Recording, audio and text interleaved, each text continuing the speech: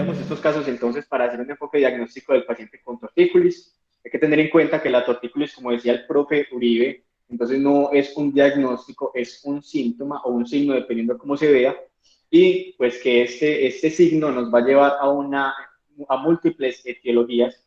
Tenemos que tener en cuenta eso porque pues no podemos clasificarlo solamente con una tortícolis y ya, sino que tenemos que ir, digamos que encaminados a un diagnóstico específico. Pues como todos han mencionado, hay muchísimas, digamos que, pues como entidades en la historia clínica que nos van a llevar a un diagnóstico específico y dentro de eso vamos a tener entonces, mencionaron también la edad, el momento de aparición, la existencia o no de un trauma reciente, la existencia de una infección o de fiebre, de otros síntomas asociados, es muy importante para el enfoque entonces diagnóstico de estos. El examen físico, entonces, a grandes rasgos, lo que tenemos que hacer es observar la postura espontánea del paciente, la movilización de la cabeza en los tres planos, determinar si esta tortícolis reduce o no reduce, buscar contracturas o masas asociadas, hacer una evaluación neurológica completa y hacer una evaluación otorrinolaringológica pues completa. También nos va a orientar al diagnóstico dependiendo de la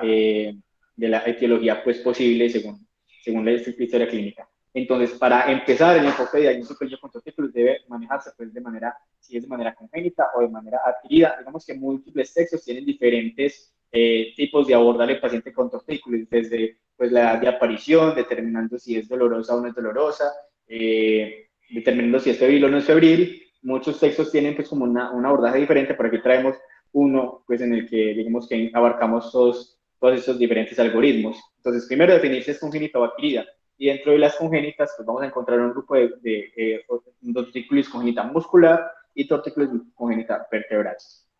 Dentro de la tortícolis muscular congénita, como mencionar, es una de las principales causas de tortícolis a esa edad. Usualmente se diagnostica en los primeros meses de vida.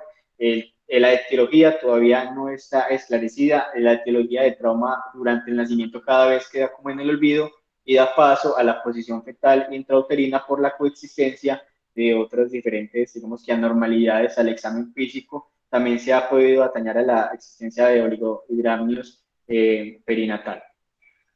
Con respecto al diagnóstico, lo que usualmente vamos a encontrar es un niño con tortícolis, vamos a encontrar usualmente una palpación del esternocleidomastoideo, que dependiendo de la edad y el momento de diagnóstico, pues se va a encontrar solamente pues una contracción continua o ya la aparición pues de una masa, en algunos textos la describen como pétrea, asociado pues a la fibrosis que se genera en ese momento. Y esa fibrosis va a estar también en consonancia con la posible denervación muscular que se genera pues, por esa misma contracción sostenida que va a, a promover pues, el cambio del tejido muscular por tejido fibroso. Como mencionar, entonces la ecografía puede ayudarnos en los primeros meses de vida, sobre todo para los diagnósticos diferenciales de una adenopatía, y vamos a también a necesitar usualmente rayos X para descartar, como mencionamos también, malformaciones de la columna vertebral. Entonces, como vemos en estas fotos, vamos a encontrar un paciente pues, que va a tener una tortícolis, una contracción sostenida del esternocleidomastoideo, y adicionalmente también vamos a tener otros hallazgos radiológicos importantes, como la alteración en los pabellones auriculares, y esto es por la persistencia en la misma posición de la cabeza del niño, usualmente cuando está en decúbito supino, que también va a llevar a una anormalidad craneofacial, usualmente pues a plagiocefalia, que usualmente pues va o que en determinadas ocasiones va a requerir también manejo. Y también vamos a encontrar el otro escenario que son pacientes mucho mayores que incluso van a estar orientados, digamos que desde el punto de vista etiológico, a otros tipos de escoliosis, a otros tipos de tortícolis, perdón, como en este paciente en el que se empezó a estudiar como una posible escoliosis. Sin embargo, pues tenía una tortícolis muscular no diagnosticada. Con respecto a tratamiento, entonces, como mencionó Hernán, es efectivo hasta el 90% de los pacientes. El caso corrector, digamos que va a ser determinado usualmente por los neurocirujanos, dependiendo de la plagiocefalia que tenga el paciente, y la cirugía va a estar, pues, digamos, indicada usualmente luego de los 5 años, aunque algunos textos ya han disminuido esa edad, dependiendo de la clínica del paciente y otras alteraciones al examen físico que pueda tener. Sin embargo, pues lo que se ha visto es que con el masaje o estiramientos efectivos durante los primeros años de vida, pues va a haber una corrección de esta entidad. Aquí vemos entonces una paciente que se llevó a una corrección a una sección bipolar del esternocleidomastoideo, mejorando pues la posición de la cabeza en el espacio y con cicatrices pues mínimas. Una vez ya entonces tenemos dentro de las congénitas abarcadas las musculares, vamos a determinar las vertebrales, y dentro de las vertebrales, como mencionaron, estas se deben a funciones, alteraciones de la segmentación de esas vértebras cervicales. Usualmente el síndrome de Klippel-Feil es el síndrome más conocido, que como mencionó también Hernán y Santiago, se asocian a otras malformaciones o otras anormalidades al examen físico que se deben buscar. Los rayos X iniciales pueden, o digamos que nos confirman el diagnóstico con respecto a esa alteración en la segmentación de estas vértebras. Sin embargo, debemos buscar otras anormalidades asociadas, como mencionamos, porque usualmente, pues, como sabemos, es un síndrome, y ese síndrome pues, está caracterizado por múltiples manifestaciones, tanto clínicas como paraclínicas. Entonces, dentro de la parte clínica vamos a también encontrar cosas muy sutiles como asimetrías faciales, vamos a encontrar alteración en la segmentación, alteración en la altura de los pabellones auriculares pues que usualmente son bajos, y el cabello. Vamos a encontrar entonces a la radiología pues esas segmentaciones, alteraciones en la morfología vertebral. Eso es importante entonces porque el tratamiento va a constar dependiendo del espectro clínico o de la penetrancia que tenga el paciente a este síndrome. Usualmente el tratamiento se enfoca con vigilancia y seguimiento. Sin embargo, algunos textos también exponen el tratamiento con algo en aquellos pacientes que tengan unas malformaciones importantes de la columna cervical, y pues la fijación interna va a estar indicada cuando hay empeoramiento del cuadro clínico del paciente o ante la evidencia de alteraciones neurológicas. Una vez tenemos entonces ya abarcado el niño con tortícolis congénito, vamos a pasar entonces a los adquiridos, que digamos que de alguna manera vamos a estar más expuestos nosotros a ellos, y dentro de los adquiridos vamos a dividirlos en su temporalidad, si son agudos, crónicos o paroxísticos. Y dentro de los agudos vamos a encontrar entonces los no febriles inicialmente, y dentro de los no febriles el más característico es la tortícolis idiopática. Hay que tener en cuenta que ese es el diagnóstico de exclusión final.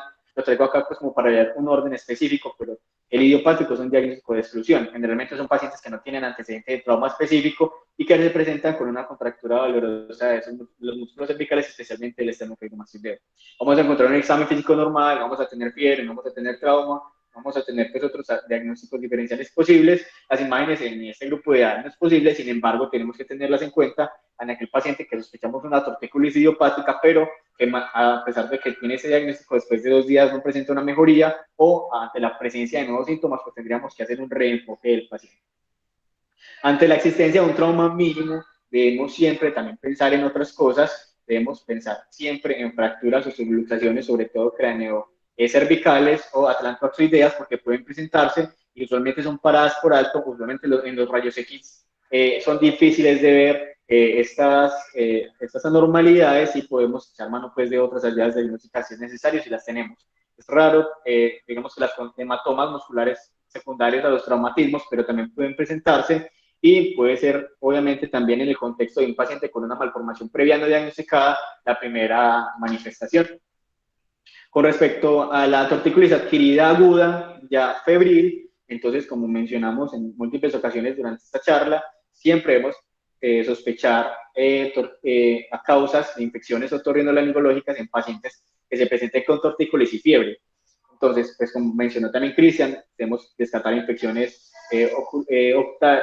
otológicas, infecciones faringias, amigdalinas de la retrofaringe, y esto es importante, pues porque debemos apoyarnos entonces nosotros desde ortopedia, desde la especialidad de pediatría, y con los médicos generales, pues hacer el enfoque, digamos que con este paciente. Dentro de las tortícolis, entonces, secundarias infecciones otológicas, hay que tener en cuenta entonces que hay una adaptación de la posición de la cabeza por el dolor, y esto puede causar esta misma infección puede causar una irritación misma del esternocleidomastoideo y los músculos cervicales adyacentes por continuidad. Y además también se ha dicho, como mencionó Cristian, digamos que la conexión de los vasos periodontales hacia los plejos posteriores faríngeos, y esto pues va a tener conexión con los músculos adyacentes. Las formas graves pueden incluso pueden estar en relación a mastoiditis importantes, entonces hay que tener eso en cuenta. Siempre entonces realizar otoscopia y un examen otorrinolaringológico completo para descartar infecciones, digamos que por ejemplo otitis medias, que usualmente se pasan por alto por el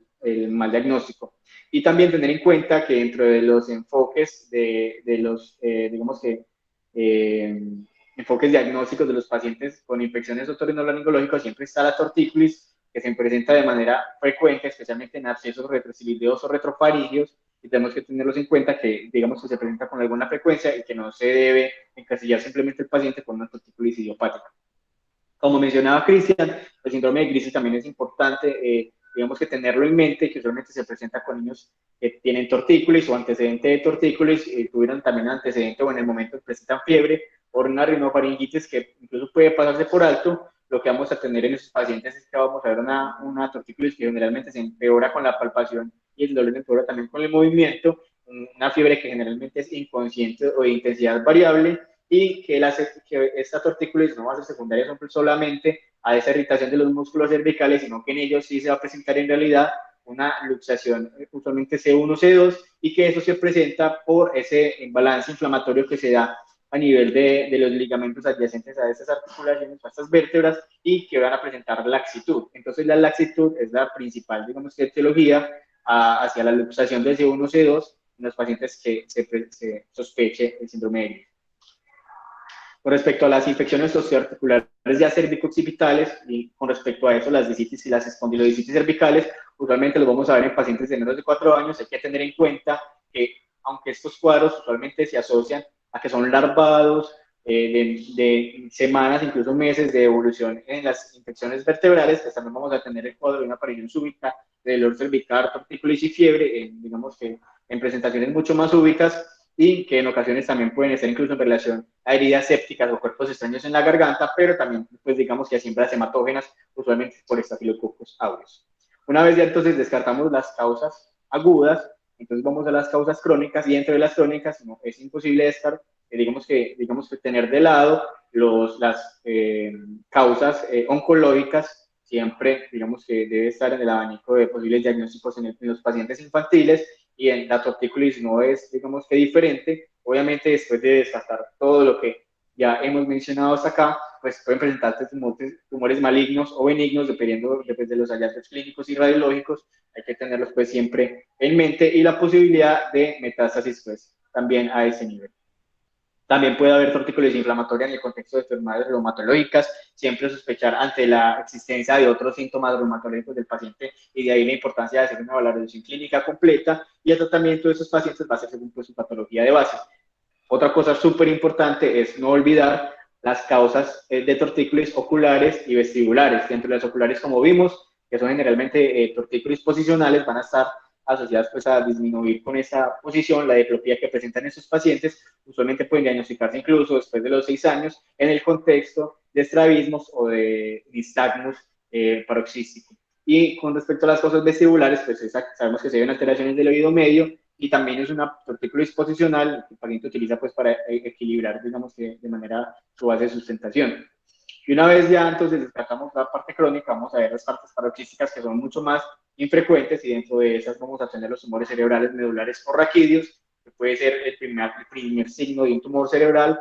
Si la tortícolis entonces es recidivante o si presenta obviamente síntomas neurológicos, esto nos va pues llevar a la solicitud pues, de estudios más avanzados, pero pues, digamos que ante la clínica de la presentación de síntomas neurológicos, pues digamos que es mucho más evidente.